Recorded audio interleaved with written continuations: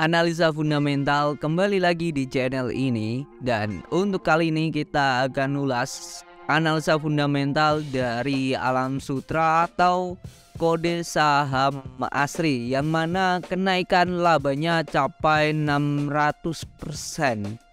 Apakah se-wow itu ASRI ini yang mencapai kenaikan luar biasa terutama di tahun ini ya, di Q4-nya. Kita ulas lebih dalamnya di analisa fundamental Alam Sutra atau kode saham ASRI. Sebelum kita bahas lebih detail, bolehlah teman-teman Bapak Ibu sekalian disawer lah ya, kita sekali-sekali lah ya. Terakhir dapat saweran tuh bulan Januari, ini udah April, ayolah disupport lah, masih belum monet ini soalnya. Oke, ASRI sendiri, kita balik ya. ASRI sendiri ini sudah melaporkan laporan keuangan tahunan itu di 11 April. Nah, saya take video ini 13 April, jadi masih anget lah ya, masih fresh. Jadi kita ulas oleh ASRI-nya sendiri. Kalau secara case statistik di Stockbit ya, dia punya, nah ini net profitnya itu 1T, dimana sebelumnya hanya 146M. Terus apa lagi ya, PI-nya 3. PI-nya 3, kalau lihat dari PI-nya doang nih murah banget ya, 3,35, murah banget. PBV-nya 0,35, murah sekali ini perusahaan asli. Kalau hanya berdasarkan PI dan PBV, kan ada ya beberapa investor ya yang menggunakan PI dan PBV doang gitu. Perusahaan memiliki notasi khusus. Notasinya apa nih? Oke, perusahaan tercatat belum menyampaikan laporan keuangan. udah nih, belum diupdate ini berarti. Ini udah laporan keuangan April, 11 April 2023 udah. Oke, kita ulas di laporan keuangannya ya, Alam Sutra Realty Tbk. Buat yang belum tahu caranya, bisa cek di idx.co.id, terus masuk perusahaan tercatat, terus keterbuatan informasi, ketik aja ASRI gitu. Oke. Nah, ini lembaga-lembaga dari pihak luar yang mengaudit ya ini. PKF. Nah, itu yang ngaudit ya. Ya, akuntan publik ya, izin akuntan publik tuh. Oke, ini laporan keuangannya. Net profitnya itu naiknya sebesar, wait, kita lihat, kita hitung dulu ya. Sebelumnya hanya ini dalam ribuan, oke, ribuan juta miliar, 145 miliar. Sekarang di angka 1,1T ya, 1086 115,392 dikurangi 145,693,623 dibagi 145,693,623 kali 100%. Kenaikannya capai 645%. Wow, gila banget nih. Gila banget. Oke, kita ulas seperti biasa. Kita mulai dari asetnya dulu. Aset perusahaan ini kasnya gede banget ya. Sebelumnya itu di 2021 hanya ya berapa nih juta, hampir 1T, hampir 1M, hampir 1M, 991 juta. Oh bener sih, 1T, hampir 1T, karena ini dalam ribuan ya, berarti ada 0 belakang 3 juta miliar.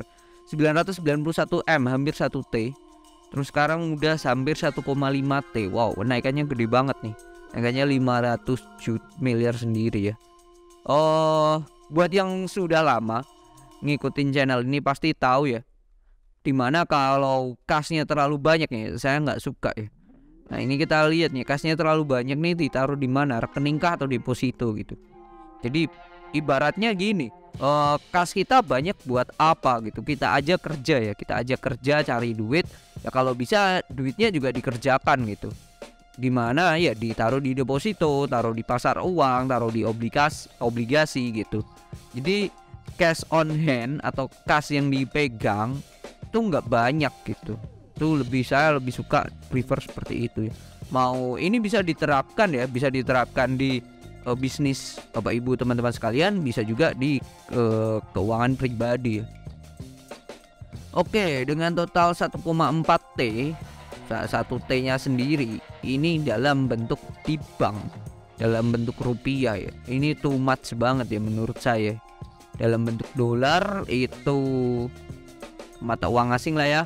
Mata uang asing itu totalnya berapa nih?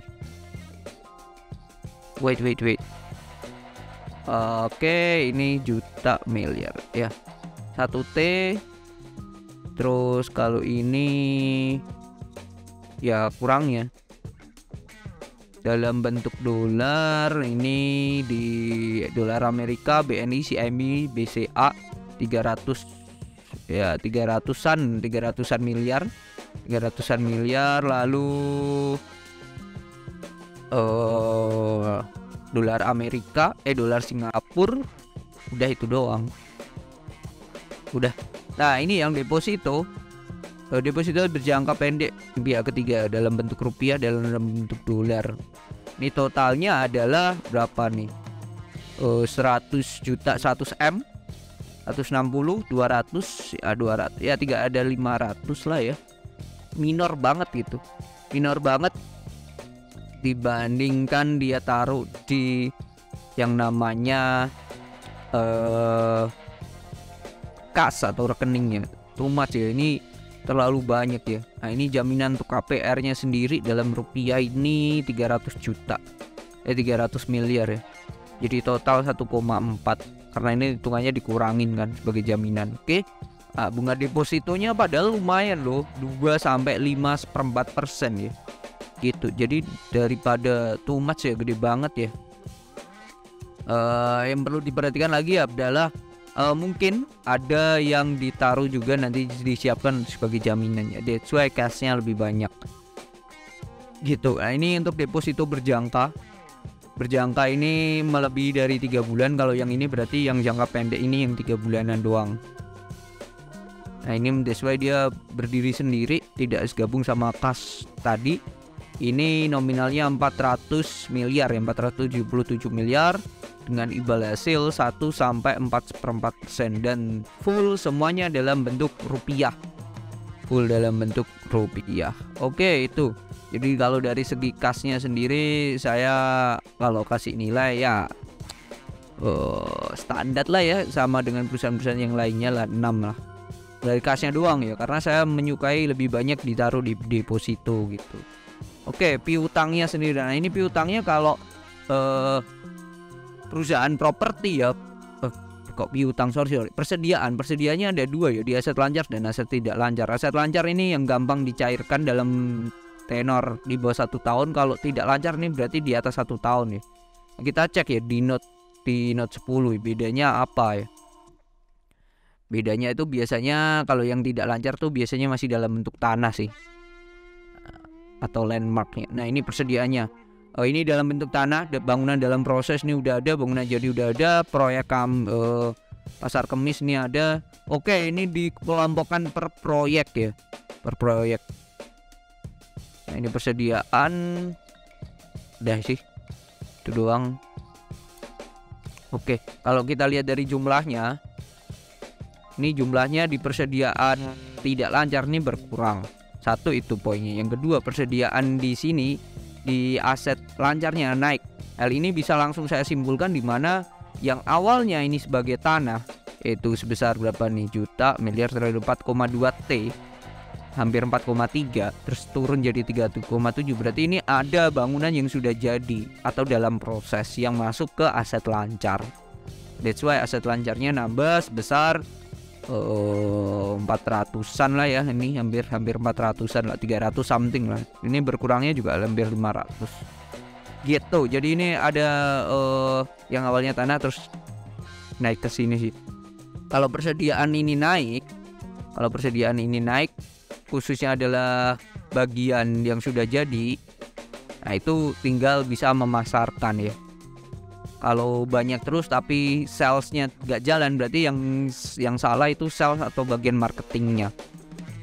Nah, karena mereka nggak bisa goal lah ya ibaratnya gitu. Oke, itu dari segi kasnya, asetnya. Lanjut ke liabilitasnya. Liabilitasnya mungkin ini temponya terlalu pendek ya, terlalu lambat ya gitu saya.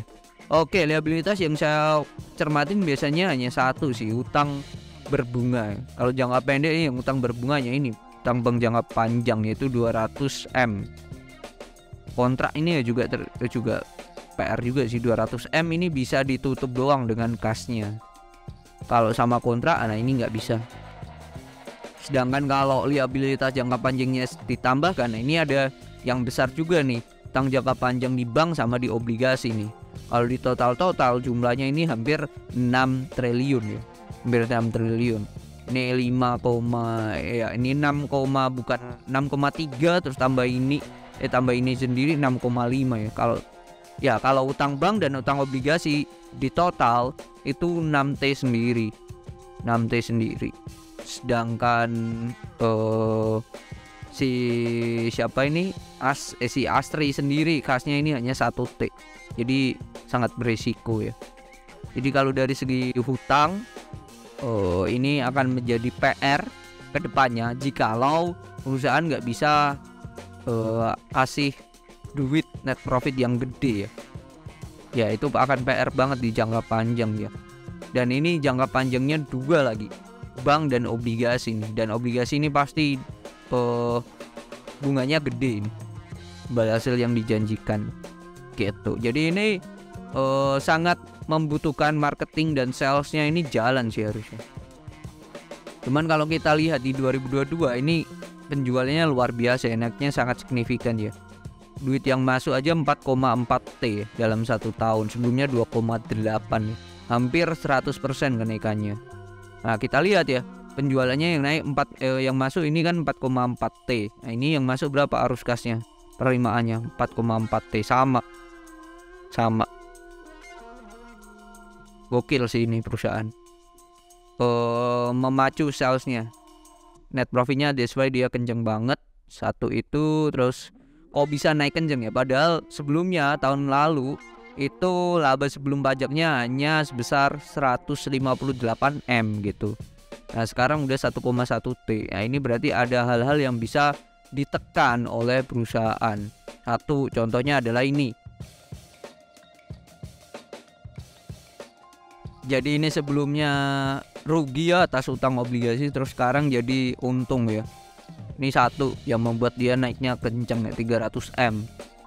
Lalu dia berhasil menekan, ada yang bisa ditekan lagi enggak?